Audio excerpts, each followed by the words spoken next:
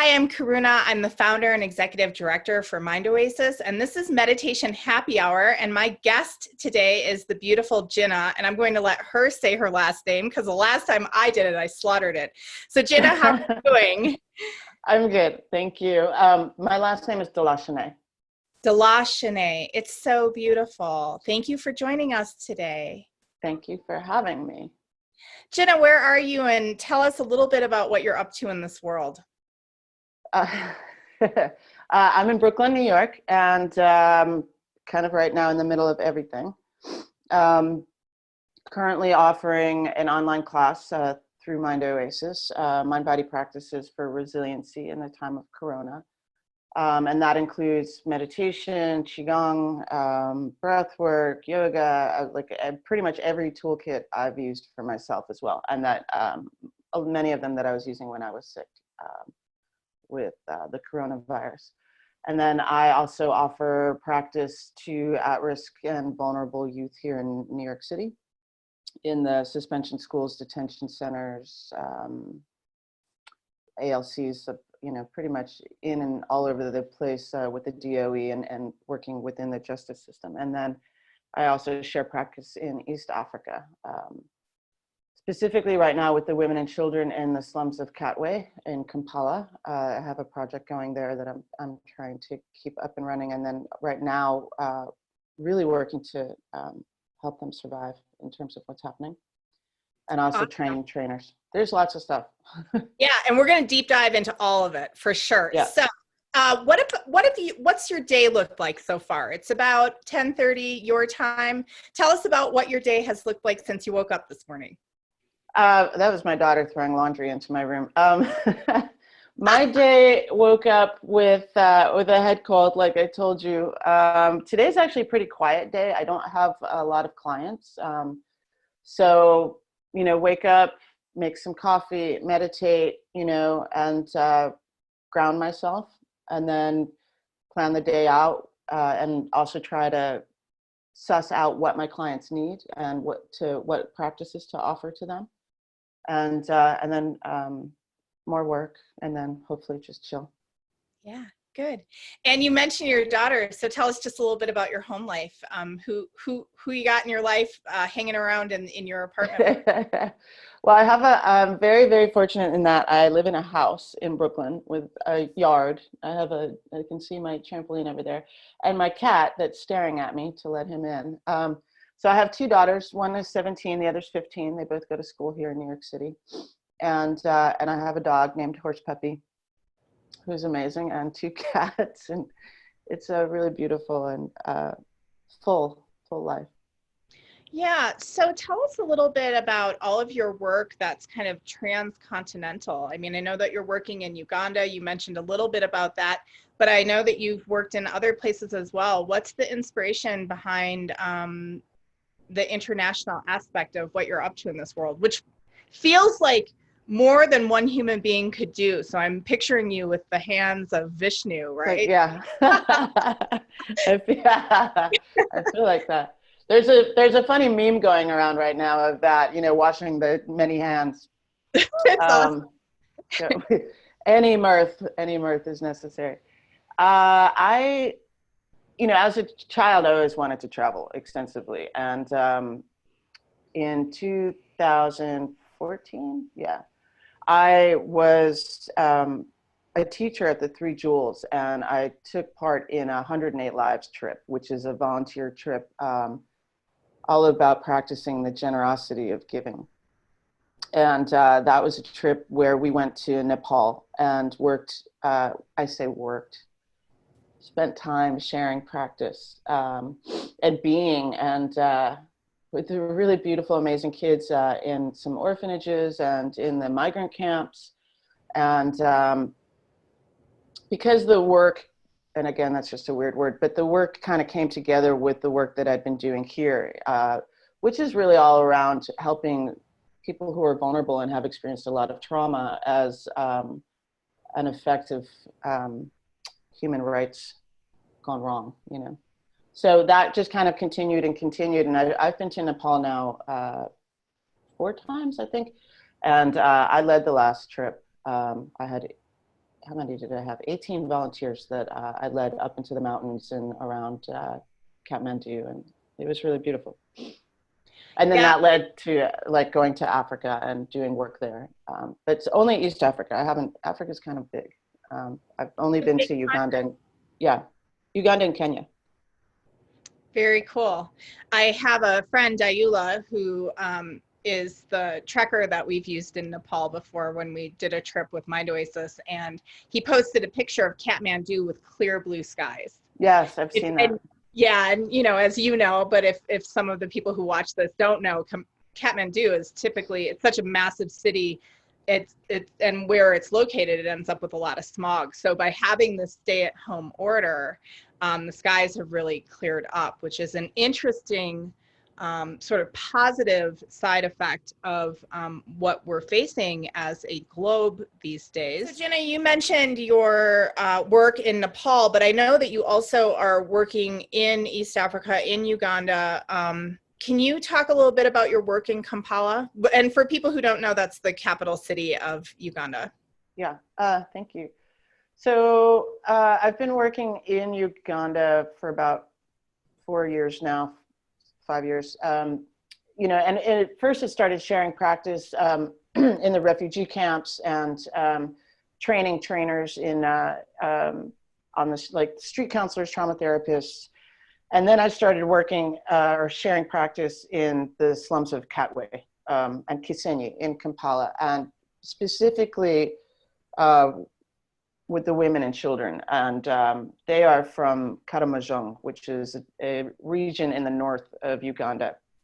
And I created a program in which the women would be practicing and would also get food twice a week. And so a lot of my time and effort has been in raising money for that program, so that the women could regulate their nervous system, so that they could then be hopefully better able to provide some kind of education for their children. Because if you are completely dysregulated, it's really difficult to find a job, much less hold a job.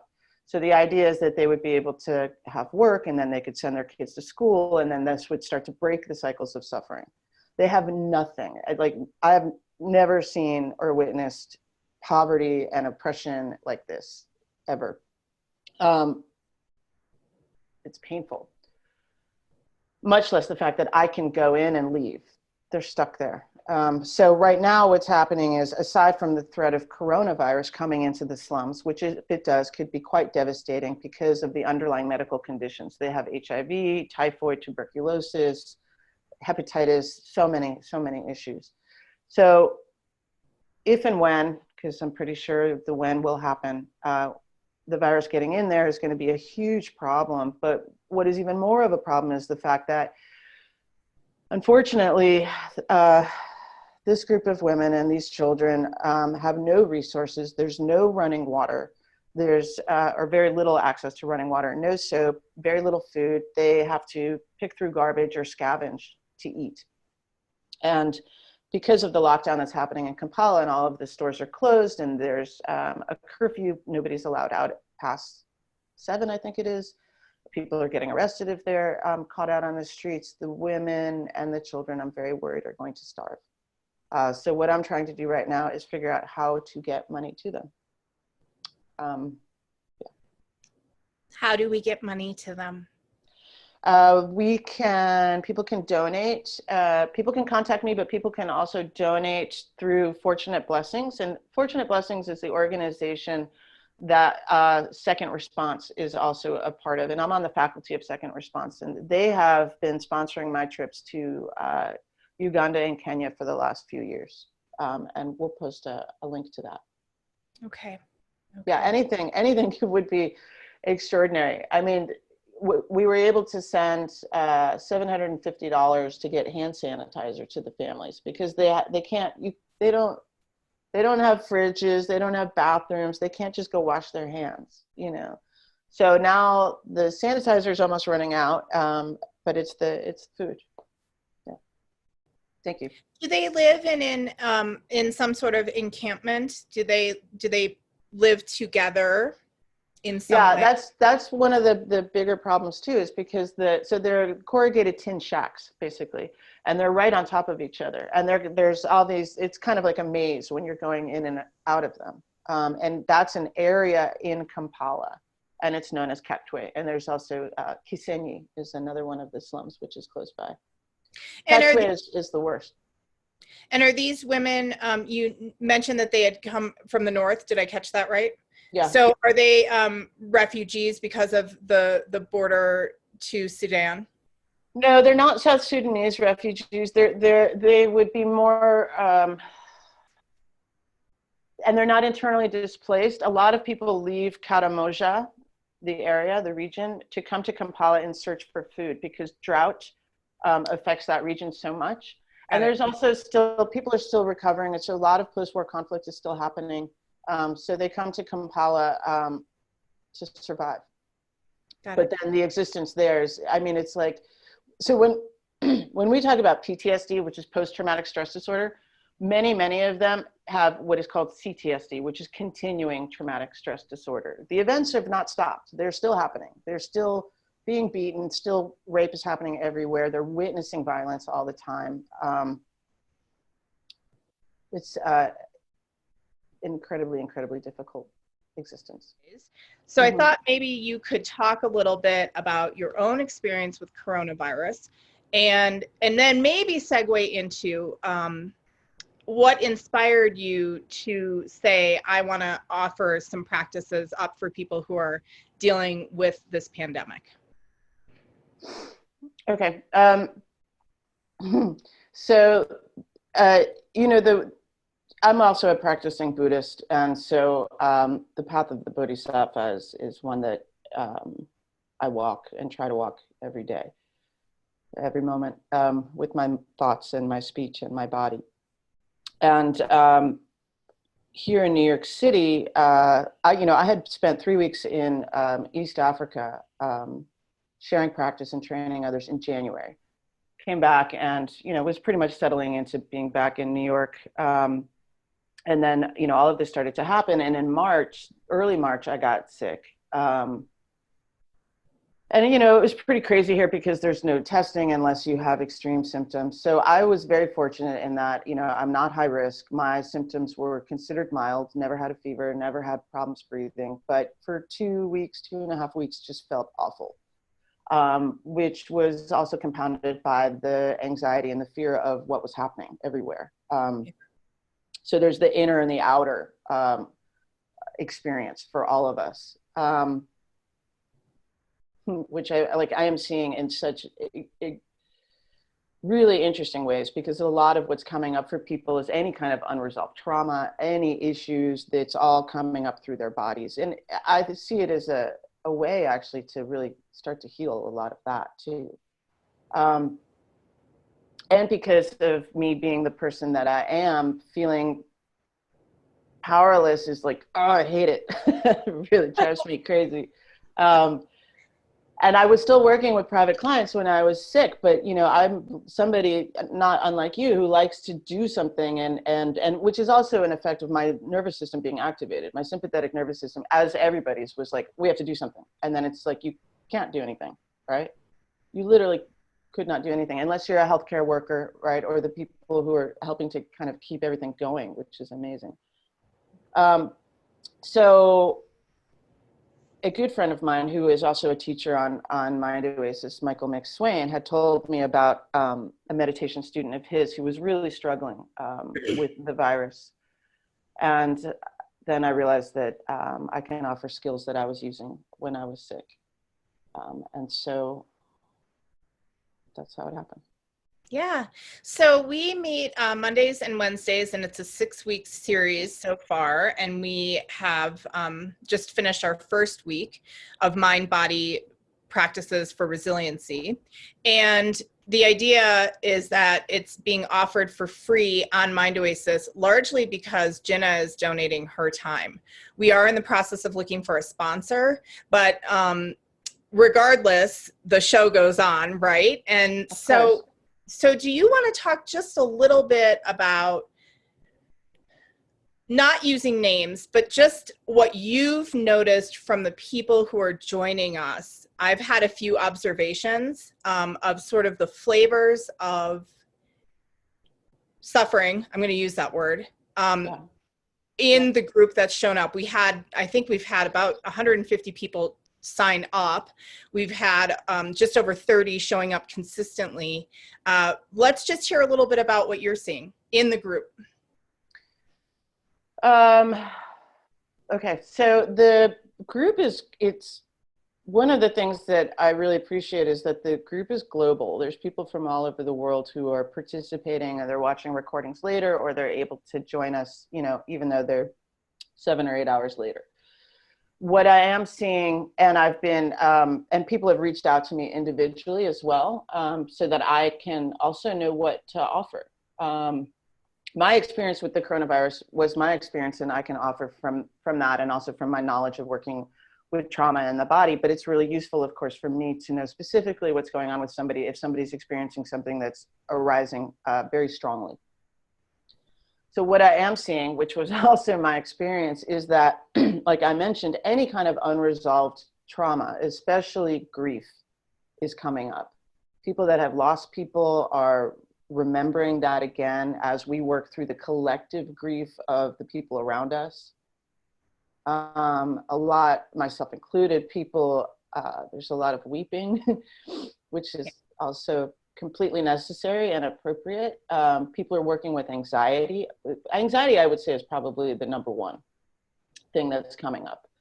And quite strongly for a lot of people. So if they already were at a particular level of working with anxiety, that's amped up even more now. Because the nervous system is completely, everybody's nervous system is hijacked right now. Yeah, it was interesting for me. My participation in a way, in a sense, is to be there for other people and to be there for you. You said something in our last session, I'm going to try not to cry, but you said, "Oh, I miss my mom." Yeah. And for me, she's alive, by the way. You miss her. I miss my mom. Yeah. Yeah.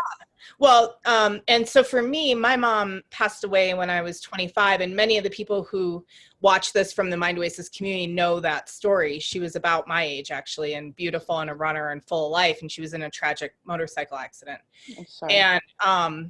And when you said that, the grief from toes all the way up just washed over me, and I realized, when the poo-poo hits the fan, as I like to say in my classes, the shit that we've been through, the stuff, it's still, for me at least, it's still right there. Yeah. It isn't there every day, but it's interesting how so much of our life experience is still embedded in our bodies.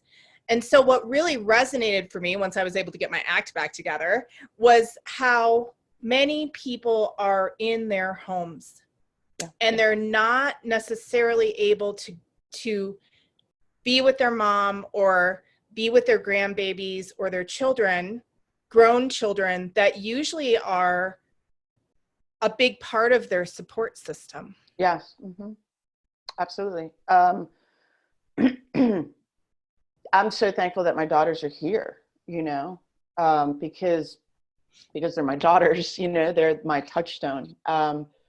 But so many of us, we don't have that support that is absolutely 100% necessary, but is also necessary for our nervous systems. And the co-regulation of another person, like my dog right now is probably so sick of me because I'm like, oh, yeah. Horse puppy's like, oh, I get an hour-long break. Thank goodness. Yeah, I think so. But it's really, when I'm offering workshops and trainings, like I remind people that everything that we experience in our lives is because we have a body. We wouldn't without this thing, right? And so of course it's here. And it's really interesting what you just said, because you're like, once I got myself together, right? So much, I see this all the time, and I've experienced it in myself too. It's like sometimes we feel like we're a failure if we're weeping, right? Or there's something wrong with us. you know, like there's so much judgment put on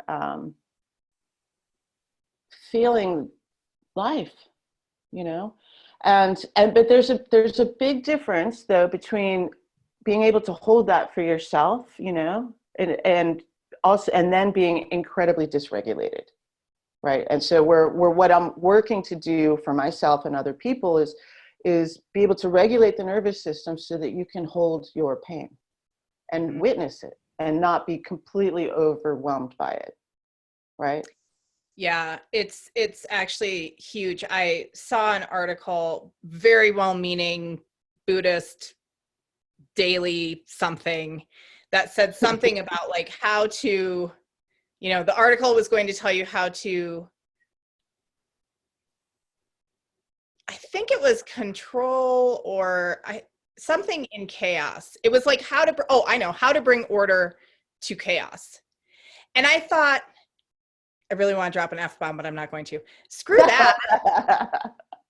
Are you kidding me? We're not even close to the peak of the chaos. I know. But why are we going to bring order to something that's absolutely critical to moving into something else? Like that would be like, what was the metaphor I thought? It would be like making your New Year's resolution on August 1st. You have no idea what's about to happen for the next 4 months. You don't make your resolution then. You make it at the time. Yeah. And to me, though, the chaos can be so unsettling. When we have tools to work with it, like you're offering in your session on Mind Oasis, but also that you're offering in life in general, then we can use that fodder for something, maybe not better, but for something. Yes, 100%. And what you're saying, it reminds me of, you know, because I'm also a martial artist and I've been training for 20 something years, right? And it's the ability to flow with what's coming and to kind of bob and weave and you know, move with things, as opposed to, you know, like in yoga, we utilize tree pose as the pose for resiliency, right? Like if you're too brittle and a strong wind comes along, you're just gonna break. You know, you have to be able to flow with everything. And that's also witnessing our experience and witnessing the collective experience without judgment. Does that make sense? You bet. Yeah. Yeah, it's and you know, these practices, they come from all of them, whether it's qigong or Buddhism, and they come essentially from watching nature. Yeah. And we forget that we are nature. You know, we're nature witnessing itself. Which is really interesting and beautiful to me because I'm in the mountains of Colorado, so I feel immersed in nature, but you too in Brooklyn can feel it, see it, be with it. So it suggests that no matter where you are, that there is an opportunity to connect with nature and your true nature. Mm-hmm. Yeah. Yeah, whether, I mean, unfortunately, I'm so thankful that I have a yard and there's the park I can go to, which is my sanctuary. But even simply in witnessing and watching the nature of our minds, you know, and things come up and they move through us, and witnessing emotions come up and move through us. And women are really, really good at this because every month there's a new change, a new cycle, and our lives are doing that, you know. And if we can, even if you're in an apartment in Brooklyn, and so many of my friends are, and people around the world, you know, may not be able to get outside, but if you can utilize and access your own body and your connection to it as the resource, as the guide, because it is. And what I'm seeing in conversations that I'm having with people who are taking the class, you know, because a lot of people are reaching out through various different platforms, that people are really beginning now to listen to their bodies. You know, and they'll be like, what do you think I should do for maybe this? And I'm like, well, the fact that you're even asking, that your body is telling you, is amazing, because so many people are disembodied. And that can come as a result from trauma, absolutely, but also because we're so in our heads, and now we're really being forced to change how we are living.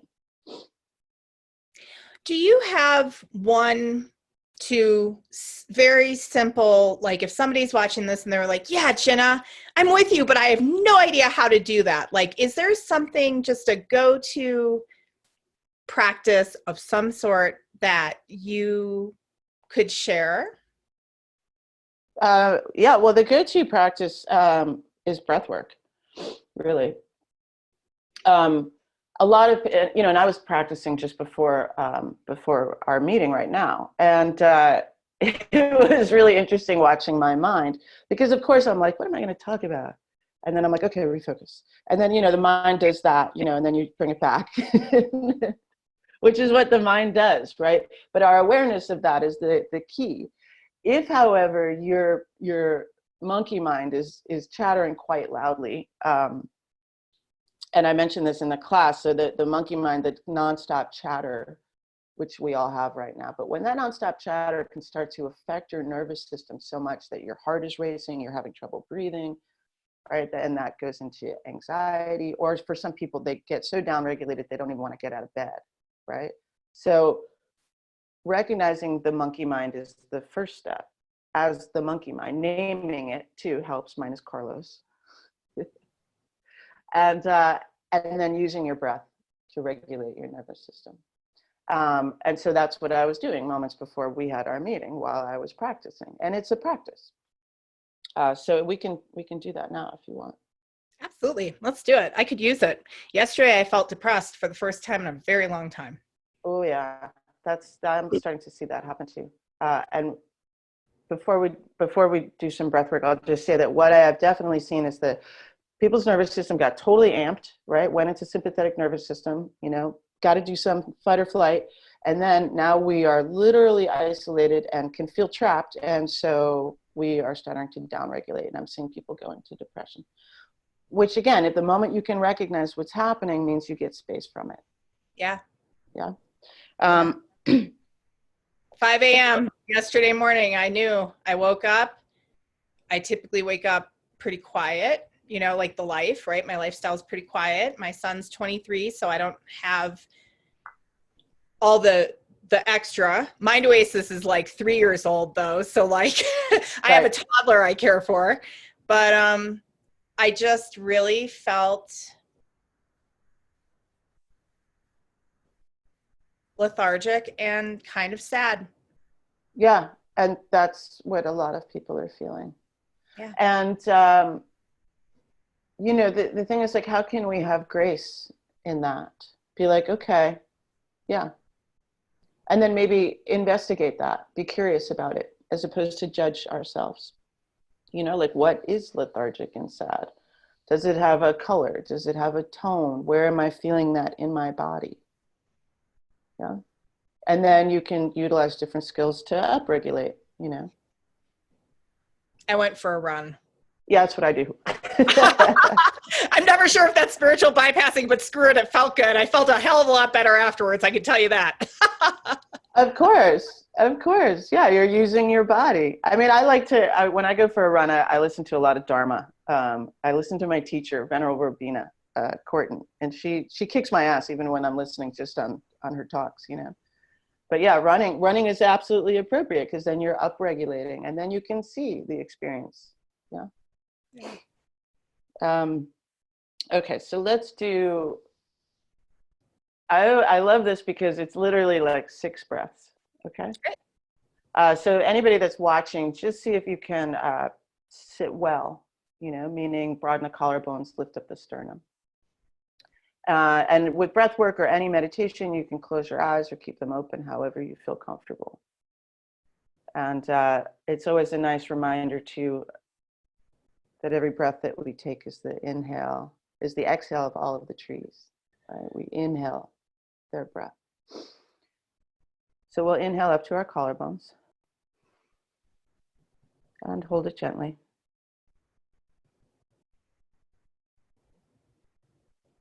And then exhale slowly. And again, inhale. Hold it gently.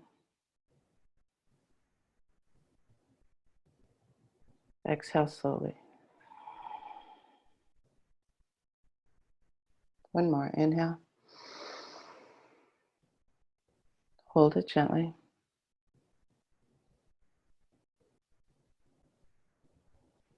Exhale slowly. And this time we'll take that a little bit deeper, and you can consider inhale and filling the boundaries of your body. Okay, so inhale. And then send the exhalation to touch the corners of whatever room you're in.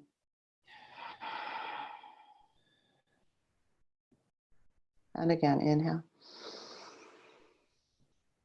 And send the exhalation out onto the streets or the yard.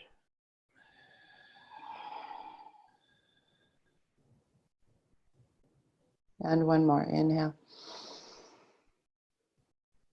And then send the exhalation to skim over whatever nearby body of water there is.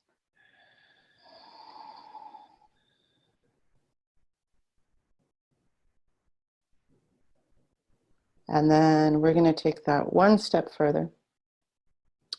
And we'll inhale deeply.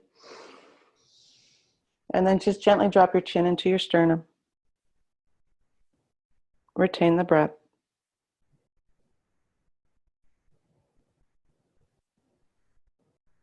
And then lift the chin, exhale, release through the crown of the skull.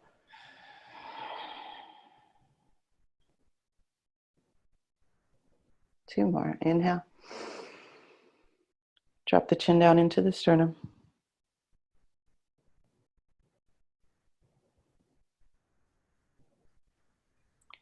Lift the chin.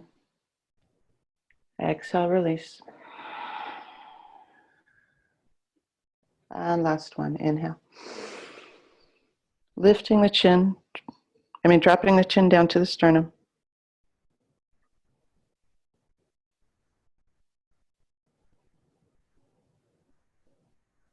And then lift the chin, exhale, release through the crown of the skull.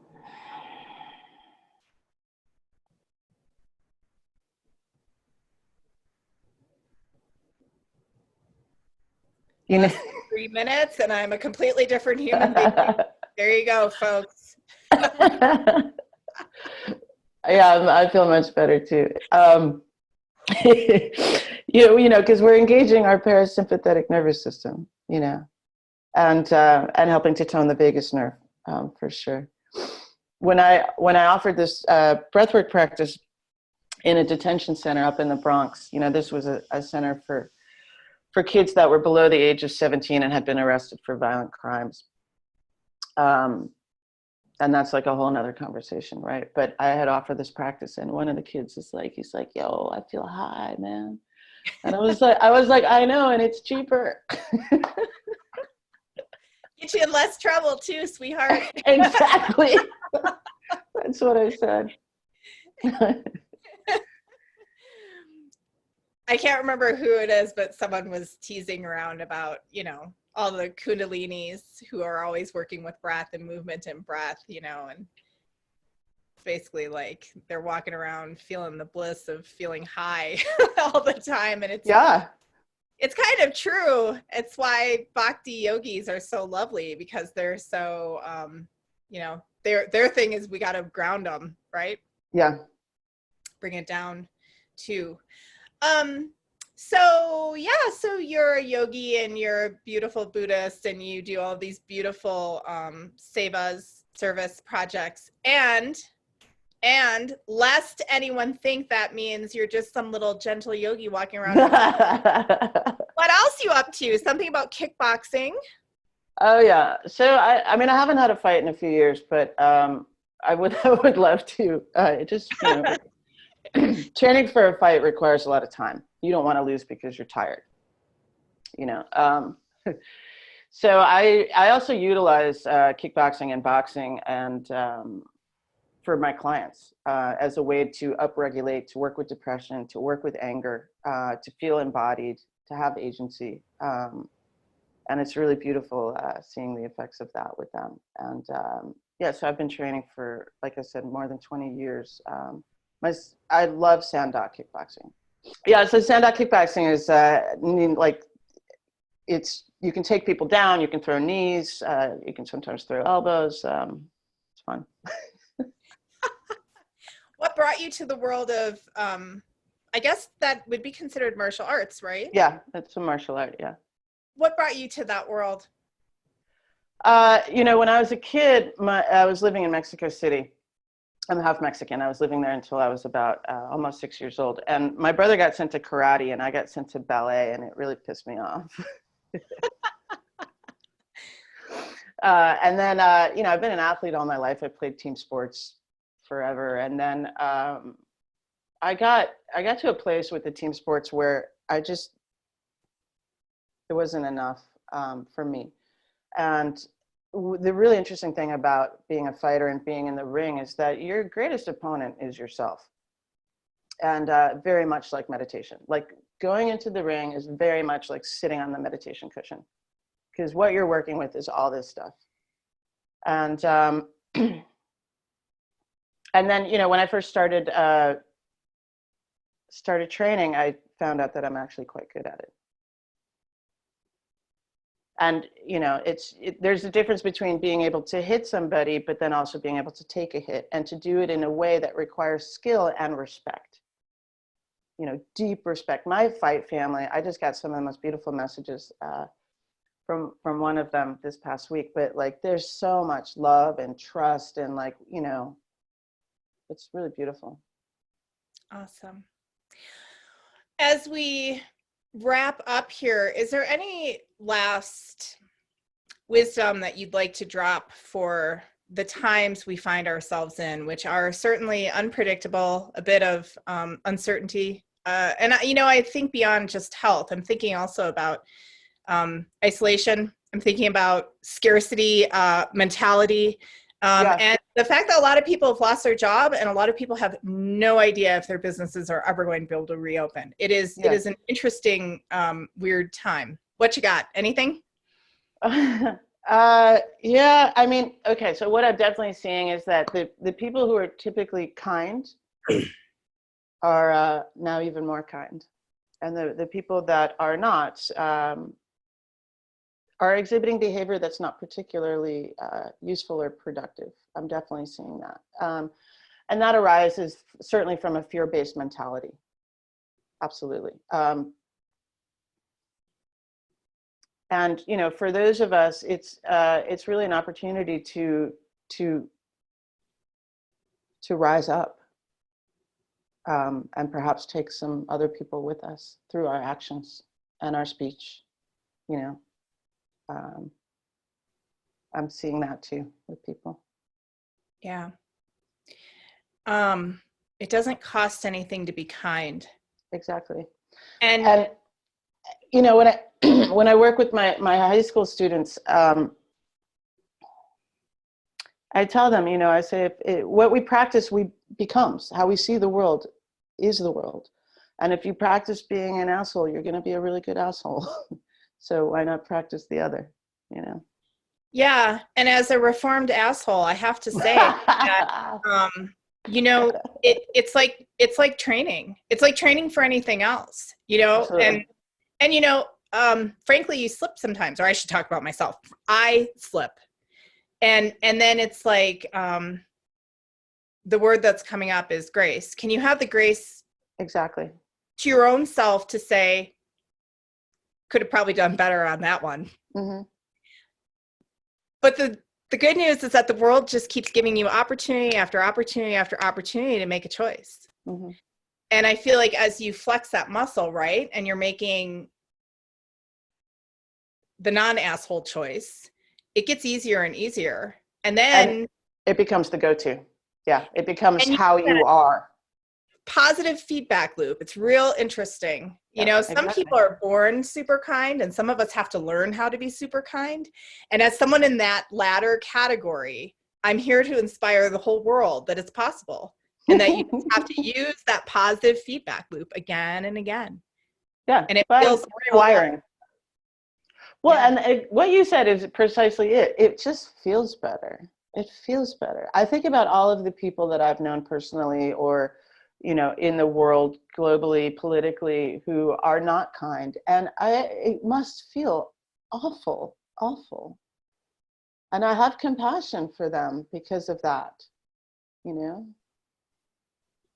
You bet.